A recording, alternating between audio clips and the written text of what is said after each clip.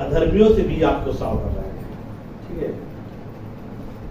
दूसरा पत्रस 3:17, इसलिए हे प्रियो, तुम लोग पहले ही से इन बातों को जानकर चौकस रहो, ताकि अधर्मियों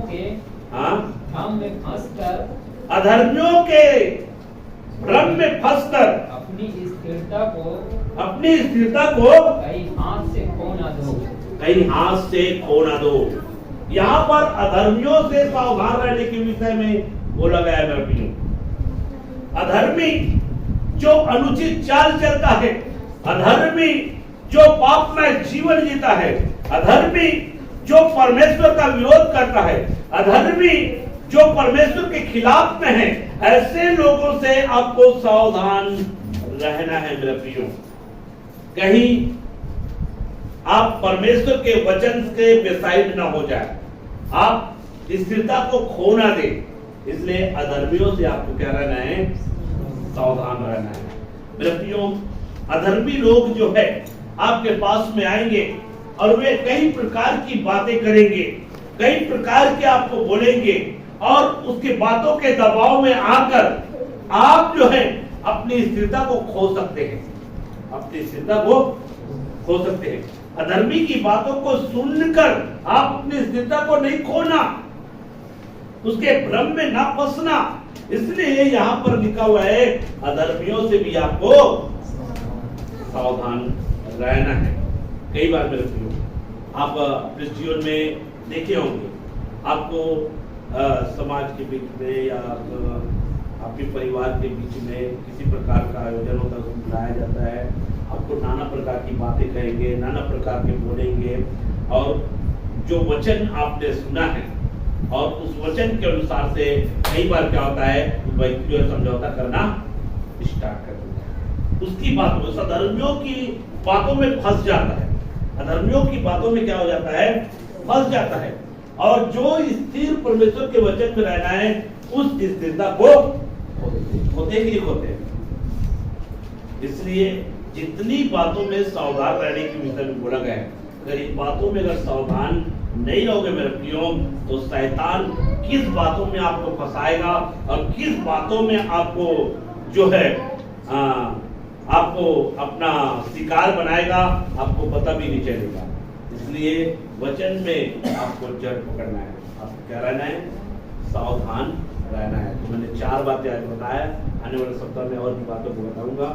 सबसे पहली बात है झूठे भविष्यवक्ताओं से, आपको झूठे भविष्यवक्ताओं से सावधान रहना है। दूसरी बात है झूठी शिक्षा से, और तीसरी बात है हरमाने वाले से, और चौथी बात है धर्मियों से।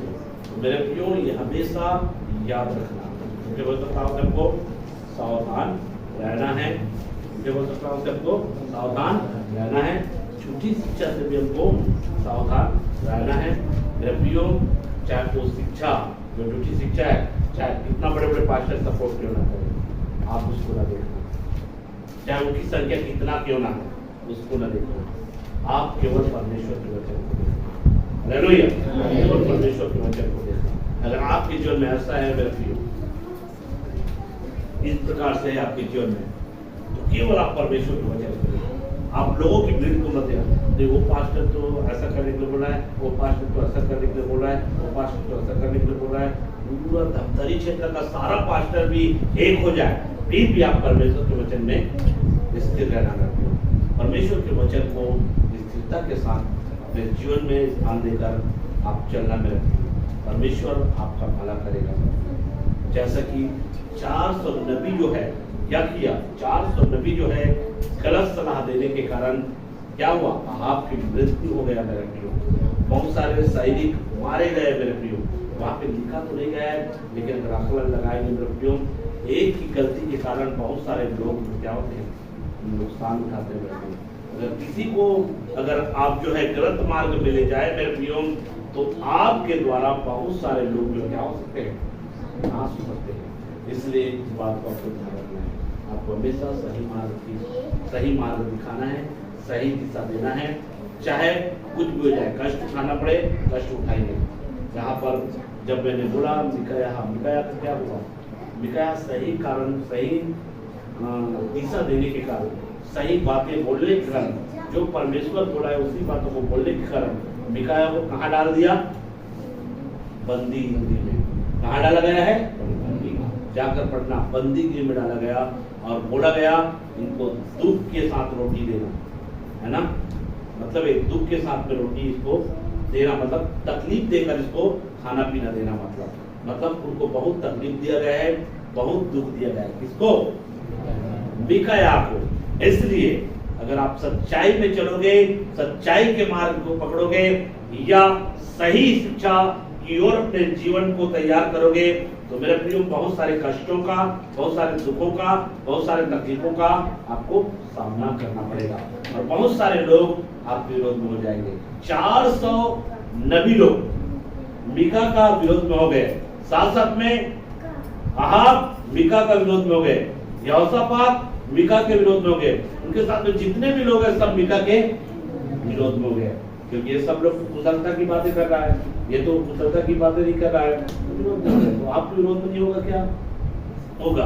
आप जब कहेंगे परमेश्वर के वचन में ऐसा लिखा हुआ है, यहाँ पे मना किया है, यहाँ पे मना किया है तो हम क्यों करें? तो मेरे प्रियो जब ऐसा बोलेंगे तो मेरे प्रियो हो सकता है बहुत सारे लोग आपका विरोध करेंगे, इसलिए वचन के अनुसार जीवन जीने का कार्य करोगे तो आपका विरोध होगा।